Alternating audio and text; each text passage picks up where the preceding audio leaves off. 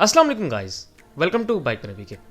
So guys, आज हम जिस बाइक के बारे में बात करने जा रहे हैं वो है सुजुकी GR150। सुजुकी GR150 की 2023 के बारे में क्या अपडेट्स हैं आज मैं आपको वो भी बताऊंगा। उसके अलावा इस बाइक की प्राइस आपने टाइटल पे देखी होगी, मैं आपको दोबारा बता देता हूँ। 3,65,000 रुपये इस बाइक की प्राइस चल रही है। तो 3,65,000 रुपये आपको इस बाइक के ऊपर लगाने चाहिए या फिर नहीं लगाने चाहिए। तो बिना टाइम वेस्ट किए हम अपनी बाइक की वीडियो को स्टार्ट कर लेते हैं। सो गाइस, सबसे पहले तो हम बात करते हैं कि 365 के अंदर आपको क्या क्या चीज़ें मिल रही हैं। अगर हम डिज़ाइन की बात करें तो डिज़ाइन इस बाइक का कम्प्लीटली स्पोर्ट की तरह नहीं है। जिस तरह आपको YBR और होंडा CB150F का डिज़ाइन मिल रहा है उस तरह का इस बाइक का अट्रैक्टिव डिज़ाइन नहीं है।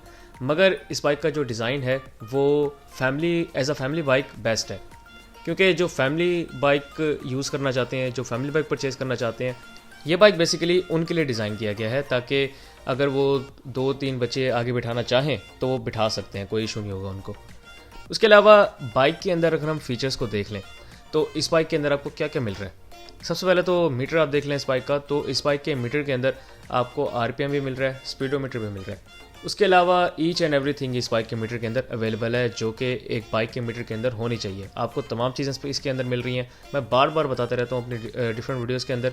बहरहाल इसके बाद अगर हम बात करें असेंबलीज़ की तो राइट साइड पे आपको किल स्विच मिल रहा है, लेफ़्ट साइड पे आपको डिपर इंस्टॉल मिल रहा है। बाकी वही रिवायती चीज़ें हैं, headlight on off, headlight high low, self start, indicators left right, तो सब कुछ आपको इस बाइक के अंदर अवेलेबल मिल रहा है। आपको फीचर्स वाइज कोई परेशानी नहीं होने वाली इस बाइक के अंदर। इसके बाद अगर हम बात करें बाइक के टैंक की तो इस बाइक का जो आपको टैंक मिल रहा है ये 12.5 लीटर्स का आपको टैंक मिलता है इस बाइक का। 12.5 लीटर का इस बाइक का टैंक है। और उसके साथ साथ अगर हम इस बाइक की पेट्रोल एवरेज की बात कर लें तो ये बाइक पेट्रोल एवरेज 40+ ईजिली दे सकता है। इस बाइक को अगर आप न्यू ख़रीदेंगे तो आपको एवरेज अचीव करने के लिए, जो इसकी अच्छी एवरेज है उसको अचीव करने के लिए आपको फर्स्ट ट्यूनिंग का इंतज़ार करना पड़ेगा। जब आपकी बाइक की रनिंग कंप्लीट हो जाएगी और रनिंग के बाद फर्स्ट ट्यूनिंग बाइक की हो जाएगी, उसके बाद बाइक का टैंक फुल करवाएं और उसके बाद प्रॉपर्ली आप एवरेज निकाल सकते हैं कि बाइक आपको कितनी एवरेज देगा फ्यूचर में। और अगर हम बात करें यूज्ड बाइक की तो अगर आप यूज्ड बाइक परचेज़ करें तो उसमें अगर आपकी बाइक की कंडीशन अच्छी है तो बाइक आपको एवरेज अच्छी दे सकता है। और ये डिपेंड बेसिकली पुराने ओनर पे भी करता है कि वो इस बाइक को किस तरह ड्राइव करता था, किस तरह चलाता था वो इस बाइक को। अगर वो रफ़ चलाता होगा, बाइक को प्रॉपर्ली मेंटेन नहीं रखता होगा, तो आपको भी बाइक एवरेज अच्छी नहीं देगा। और फिर काफ़ी लोगों को शिकायतें होती हैं कि हमें बाइक की एवरेज अच्छी नहीं मिल रही, और मोस्टली शिकायतें उन्हीं को होती हैं जिनके सेकेंड हैंड बाइक्स होते हैं। तो जब आप सेकेंड हैंड बाइक परचेज़ करें हमेशा कोशिश करें कि आपको बाइक अच्छी कंडीशन में मिले और उसका जो इंजन है वो बहुत ही अच्छी कंडीशन में हो, ताकि आपको फ्यूचर में परेशानी ना हो। इसके अलावा अगर हम बात करें कि यूज़र्स को बाइक की एवरेज कितनी मिल चुकी है तो 50+ एवरेज इस बाइक की मिल चुकी है यूज़र्स को। मिनिमम एवरेज की बात करें तो 35 तक यूज़र्स को इस बाइक की मिनिमम एवरेज मिल चुकी है। तो मिनिमम 35 है, मैक्सिमम आपको 50+ है। मैक्सिमम बेसिकली आपके ऊपर ही डिपेंड करता है कि आप बाइक को किस तरह चलाते हैं, किस तरह आप बाइक को मेंटेन रखते हैं, उस हिसाब से बाइक आपको एवरेज देता है। तो मैक्सिमम आपको 50+ मिल सकती है अगर आप अचीव करने वाले बने तो, और मिनिमम इसकी 35 तक है, 30 to 35 तक। इसके बाद हम अगर बाइक के इंजन को देख लें तो इस बाइक का जो आपको इंजन मिल रहा है ये 150 सीसी का इंजन है। इसके साथ साथ इस बाइक का जो इंजन है ये ओवरहेड कैमशाफ्ट टेक्नोलॉजी का है, मगर ये कंफर्म नहीं है कि इस बाइक के अंदर बैलेंसर शाफ्ट इंस्टॉल्ड है या फिर नहीं है।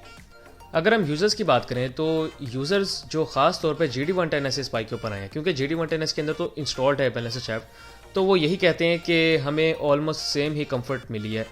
वाइब्रेशंस ज़्यादा नहीं है इस बाइक के अंदर, वाइब्रेशंस आपको पाँव वाली साइड पे भी कम फील होती हैं, हैंडल वाली साइड पे भी बाइक के अंदर आपको वाइब्रेशंस कम फील होती हैं।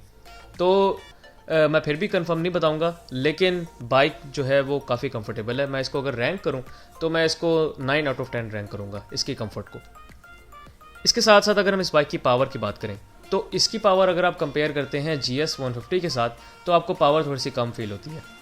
बेसिकली इस बाइक के अंदर कंफर्ट को ज़्यादा फोकस किया गया है, तो जब आप एक चीज़ को फोकस करते हैं तो आपको दूसरी चीज़ पे थोड़ा सा डाउन करना पड़ता है। अब इन्होंने कंफर्ट पे फोकस किया है तो पावर जो है वो थोड़ी सी लूज़ करनी पड़ी है इनको। अगर ये पावर पे फोकस करते हैं तो इनको जो कंफर्ट है उसको लूज़ करनी पड़ती। अब इसकी मिसाल यही है जिस तरह आपके पास होंडा 125 है और यामाहा YBR है। होंडा 125 के अंदर पावर पे फोकस किया गया है जिसकी वजह से जो कंफर्ट है वो काफ़ी डाउन हो चुकी है।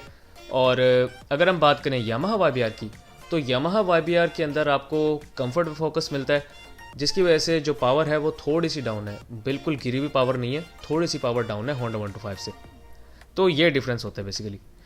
इसके अलावा अगर हम बात करें सीट की, तो इस बाइक की जो सीट है वो बहुत कंफर्टेबल और बहुत सॉफ्ट सीट है। अच्छा, मैंने आपको जैसे पहले बताया कि ये बाइक फैमिली बाइक है, तो लेडीज़ को भी इस बाइक की सीट के ऊपर बैठने में कोई परेशानी नहीं होती। इस बाइक की सीट इस तरह डिज़ाइन की गई है कि अगर कोई लेडी भी बैठे तो लेडी को परेशानी ना हो, और सामने अगर आपने बच्चे बिठाने टैंक के ऊपर तो आप इजीली बिठा सकते हैं, क्योंकि इस बाइक का जो डिज़ाइन है वो इस तरह बनाया गया है। और सीट का जिस तरह डिज़ाइन खूबसूरत है, उसी के साथ साथ सीट की कंफर्ट जो है वो भी टॉप पे है। बाइक की जो सीट है वो काफ़ी कंफर्टेबल और सॉफ्ट सीट बनाई गई है, तो कोई परेशानी नहीं होती आपको अगर आप लॉन्ग टूर भी करें। अगर आप शहर में भी 20 से 25 किलोमीटर करते हैं इस बाइक के ऊपर तो कोई इशू नहीं होता आपको। इसके अलावा अब हम बात कर लेते हैं बाइक की पेंट एंड बिल्ड क्वालिटी की। तो बाइक की जो पेंट क्वालिटी है और बिल्ड क्वालिटी है वो आउट क्लास है। इस बाइक की पेंट और बिल्ड क्वालिटी को अगर आप GS से कंपेयर करेंगे तो GS की क्वालिटी आपको थोड़ी सी डाउन लगेगी, इस बाइक की क्वालिटी आपको ज़्यादा बेहतर लगेगी GS से। टायर्स एंड ब्रेक्स की बात करें तो ब्रेकिंग में आपको फ्रंट पे डिस्क ब्रेक मिल रही है, बैक पे ड्रम ब्रेक मिल रही है। ब्रेकिंग का आपको इशू नहीं होने वाला इस बाइक के अंदर। उसके साथ साथ बाइक के जो टायर्स हैं वो भी अच्छे हैं। रोड ग्रिप बाइक की बहुत अच्छी है, गियर बॉक्स बाइक का स्मूथ है, बाइक का सीटिंग पोस्चर बहुत अच्छा है। अगर आप लॉन्ग टूर पे लेके जाते हैं बाइक को तो आपको कोई इशू नहीं होने वाला। बाइक के जो पार्ट्स हैं वो अवेलेबल तो हैं, मगर बाइक की जो पार्ट्स की कॉस्ट है वो बहुत ज़्यादा है। इस बाइक की जो पार्ट्स की कॉस्ट है ये थर्ड हाईएस्ट कॉस्ट है। पहले आपको फर्स्ट पे आपको बेनेली के पार्ट्स मिलते हैं, सेकंड पे आपको जिक्सर के पार्ट्स मिलते हैं और थर्ड पे आपको इस बाइक के पार्ट्स मिलते हैं, मतलब थर्ड हाईएस्ट। तो इस बाइक के पार्ट्स काफ़ी महंगे हैं। अगर आप GD110S से शिफ्ट करते हैं इस बाइक के ऊपर तो आपको पार्ट्स की कॉस्ट में इतना मसला नहीं आएगा, क्योंकि GD110S के पार्ट्स और इस बाइक के पार्ट्स की जो कॉस्ट है उसमें ज़्यादा डिफरेंस नहीं है। लेकिन अगर आप शिफ्ट करते हैं होंडा 125 से तो फिर आपको लग पता जाएगा। सो गाइज, अब हम बात कर लेते हैं कि इस बाइक को आपको 3,65,000 रुपये के अंदर परचेज़ करना चाहिए या फिर नहीं करना चाहिए। अगर आप इस बाइक को अफोर्ड कर सकते हैं, क्योंकि जिस तरह पाकिस्तान के हालात चल रहे हैं बहुत से लोग इस बाइक को अफोर्ड नहीं कर सकते। जो लोग पहले कर सकते थे वो अब नहीं कर सकते। अच्छा, इस बाइक को कंपेयर कर लेते हैं होंडा CB150F के साथ, क्योंकि इसका जो मेन कंपेटिटर है इस प्राइस रेंज के अंदर वो है होंडा CB150F। अब तो वैसे YBR G भी बन गया, क्योंकि YBR G की भी प्राइस माशाल्लाह से आपको 3 लाख से प्लस मिल रही है, काफ़ी ज़्यादा प्लस मिल रही है।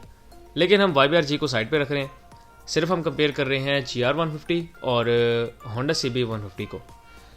तो GR150 की तरफ आप तब जाएं जब आपको एक प्रॉपर फैमिली बाइक चाहिए। अगर आपको फैमिली बाइक चाहिए तो GR150 की तरफ जाएं। अगर आप न्यू अफोर्ड कर सकते हैं तो न्यू परचेज़ करें, लेकिन मेरी सजेशन ये होगी कि न्यू परचेज़ करने की वैसे ज़रूरत नहीं है। आप यूज़ में बाइक ढूंढ लें, आप 2020 से 21 मॉडल ढूंढ लें, आपको कम चला हुआ मिल जाएगा। इससे काफ़ी कम प्राइस में आपके तकरीबन 60-70 हज़ार सेव हो सकते हैं। अगर आप 2020-21 मॉडल ढूंढेंगे, ज़्यादा बल्कि सेव हो जाएंगे आपके।